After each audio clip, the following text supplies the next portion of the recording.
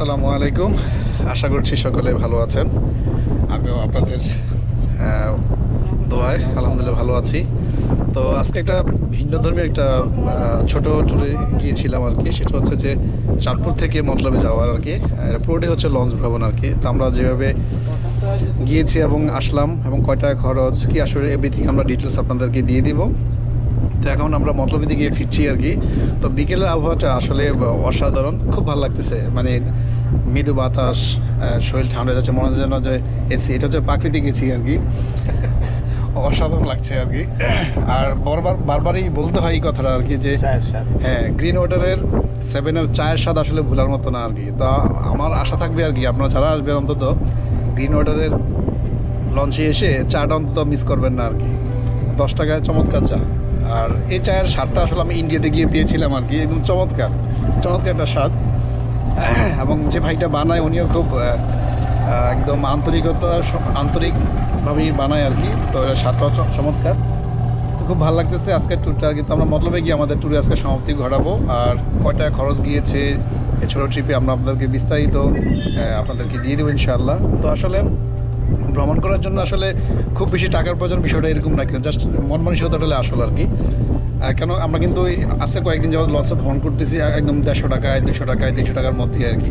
তো যাদের আসলে বড় সামর্থ্য নাই তারা অন্তত এইভাবে যদি ট্যুরগুলি দেন, আশা করছি আপনাদের মন মানসিকতা ভালো থাকবে, প্রফুল্ল থাকবে এবং কাজের প্রতি আরও আগ্রহ বাড়বে। তো আজকে এই পর্যন্তই, আবার ইনশাআল্লাহ কোনো একটা লঞ্চ ট্যুরে দেখা হবে।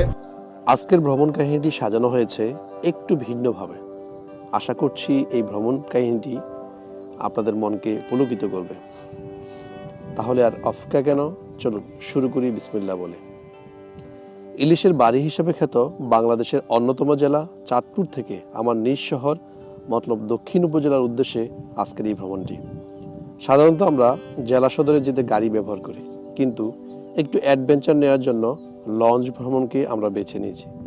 যদিও এতে সময় একটু বেশি প্রয়োজন, কিন্তু ভ্রমণের আনন্দটুকু স্মৃতি হয়ে থাকবে। ভ্রমণটি কেমন হলো, কত টাকা খরচ হলো, সময় কেমন লেগেছে, আমাদের কেমন অনুভূতি হয়েছে, এসব নিয়েই থাকছে আজকের ভিন্ন আয়োজনে। ঘাট ভাড়া 10 টাকা পরিশোধ করে চলতে শুরু করি চাঁদপুর টু নারায়ণগঞ্জগামী লঞ্চটির উদ্দেশ্যে। কিছুক্ষণ হাঁটার পর লঞ্চটিতে উঠে পড়ি। বলে রাখি, আমাদের মতলব উপজেলার জন্য সরাসরি কোনো লঞ্চ নেই, তাই একটু ভিন্নভাবে যেতে হয়। যারা অ্যাডভেঞ্চারকে ভালোবাসেন তাদেরকে বলবো এই রুটটি বেছে নিতে। বিকেল 4টায় আমরা উঠে পড়ি নারায়ণগঞ্জগামী লঞ্চটিতে। বলে রাখি, প্রত্যেক 1 ঘন্টা পর পর চাঁদপুর থেকে নারায়ণগঞ্জগামী লঞ্চ রয়েছে।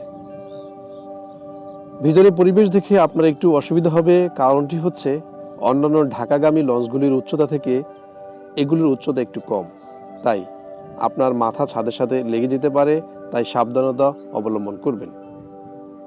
আমরা উঠে সোজা ছাদের ফাঁকা অংশে চলে যাই। যদিও সেখানে ইঞ্জিনের আওয়াজ হচ্ছিল, তারপরও ভালো লাগছে। মাথার উপর শুধু আকাশ দেখা যাচ্ছে। লঞ্চে বসার জন্য নিচতলায় টেবিল ও চেয়ার রয়েছে, দোতলাও একটু ভালো মানের চেয়ার রয়েছে। যেহেতু আমাদের ভ্রমণটি স্বল্প সময়ের জন্য, তাই আমরা আর চেয়ারে না বসে দ্বিতীয় তলার নামাজের ফাঁকা জায়গাটিতে বসে পড়ি। কিছুক্ষণ চলার পর আমরা ক্যান্টিন থেকে কেক ও চায়ের অর্ডার করি। বলে রাখি, অন্যান্য জায়গা থেকে এখানে যাই খাবেন মূল্য একটু বেশি দিতে হবে, তবে এটা আমার বোধগম্য নয় কেন তারা বেশি মূল্য রাখে। আমি যতবারই বিভিন্ন রুটে লঞ্চ ভ্রমণ করেছি, প্রত্যেকটি জায়গায় একই পরিস্থিতি দেখেছি, খাবারের মূল্য বেশি। যাই হোক, যেহেতু আমাদের খেতে ইচ্ছে করছিল তাই খেলাম। তবে বলে রাখি, চাটা ছিল মজার, সাথে কেক নিয়েছিলাম। সব মিলিয়ে চা ও কেক বাবদ আমাদের 45 টাকা খরচ হয়েছিল। ঘণ্টাখানিক চলার পর আমাদের যাত্রা বিরতির সময় হয়ে গেল। আমরা আমিরাবাদ লঞ্চ ঘাটে কিছুক্ষণ পর নেমে পড়ব। তবে আমিরাবাদ পর্যন্ত 2 জায়গায় লঞ্চটি যাত্রা বিরতি নেয়। ওই দিন আকাশ ছিল সম্পূর্ণ পরিষ্কার, তাই আশপাশটা খুবই চমৎকার লাগছিল। সামান্য রৌদ্র আমাদের উপর পড়ছিল। রৌদ্রের ঝিলিকগুলো যখন পানির উপর পড়ছিল, কি যে সুন্দর লাগছিল দেখে। যাত্রাকালে আশপাশের পরিবেশটা আপনাকে মুগ্ধ করবে। ভাবছিলাম এভাবেই যদি জীবনটুকু কেটে যেত। আমাদের জনপ্রতি ভাড়া লেগেছিল ৪৫ টাকা। যেহেতু এখন সবকিছুর মূল্য অনেক বেশি, তাই বর্তমান ভাড়ার আপডেট আমাদের কাছে নেই। আমিরাবাদ ঘাটে ১ ঘন্টা ১৫ মিনিট পর আমরা নেমে পড়ি। নেমে অপেক্ষা করতে থাকি ঢাকা থেকে ছেড়ে আসা মতলব উপজেলার উদ্দেশ্যে লঞ্চটির জন্য। যদিও সেটি ঘাটে ভিড়বে ৫টা ৫০ মিনিট থেকে ৬টার কিছু সময়ের পর। যেহেতু লঞ্চটি আসতে আরও কিছু সময় বাকি আছে, তাই আমিরাবাদ বাজারের জামে মসজিদে আসরের নামাজ পড়িনি। আজকে মনে হচ্ছে একটু লেট করে লঞ্চটি ঘাটে আসলো। ৬টা ১৫ মিনিটে ১০ টাকা ঘাট ভাড়া পরিশোধ করে উঠে পড়লাম। উঠেই ছাদে চলে গেলাম। যদিও লঞ্চটিতে ডেক, কেবিন, চেয়ার কোচ রয়েছে, কিন্তু আমার পছন্দ ছাদ। কারণটা হচ্ছে খোলামেলা, নিরিবিলি, আশেপাশের সৌন্দর্যটা খুবই চমৎকারভাবে দেখা যায়। মতলবগামী লঞ্চটিতে উঠলে আমার চা খেতে খুবই ইচ্ছে করে। এখানে চাটা এত ভালো হয়, যাদের এই লঞ্চটিতে ভ্রমণের সুযোগ হবে চা পান করে দেখবেন, আশা করছি উপভোগ করবেন।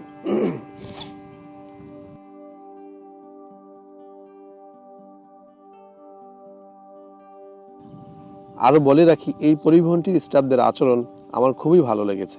বিভিন্ন সময় তাদের কাছ থেকে নানা সহযোগিতা পেয়েছি। এভাবেই ১ ঘন্টা চলার পর আমরা পৌঁছে গেলাম কাঙ্ক্ষিত গন্তব্যে। খুবই চমৎকার লেগেছিল এই ভিন্ন আয়োজনে। যাদের সুযোগ রয়েছে একটু ভিন্ন চিন্তার, তারা এভাবে ভ্রমণ করে দেখতে পারেন। আশা করছি খুবই উপভোগ করবেন। আমিরাবাদ থেকে ভাড়া নিয়েছিল জনপ্রতি ৪৫ টাকা। আজকে এখানেই শেষ করছি। আবারও দেখা হবে কোনো এক নতুন ভিডিও নিয়ে। ততক্ষণে আমাদের চ্যানেলটির বিভিন্ন ভিডিওগুলো দেখে মন্তব্য করতে ভুলবেন না। আশা করছি উপকৃত হবেন আর আমাদের চ্যানেল শেয়ার, মন্তব্য পছন্দ করবেন। ভালো লাগলে সাবস্ক্রাইব করতে ভুলবেন না। আপনাদের একটি মন্তব্য, শেয়ার, পছন্দ আমাদের নতুন ভিডিও বানাতে অনুপ্রেরণা যোগাবে। আল্লাহ হাফেজ। আসসালামু আলাইকুম ওয়া রাহমাতুল্লাহি ওয়া বারাকাতুহু।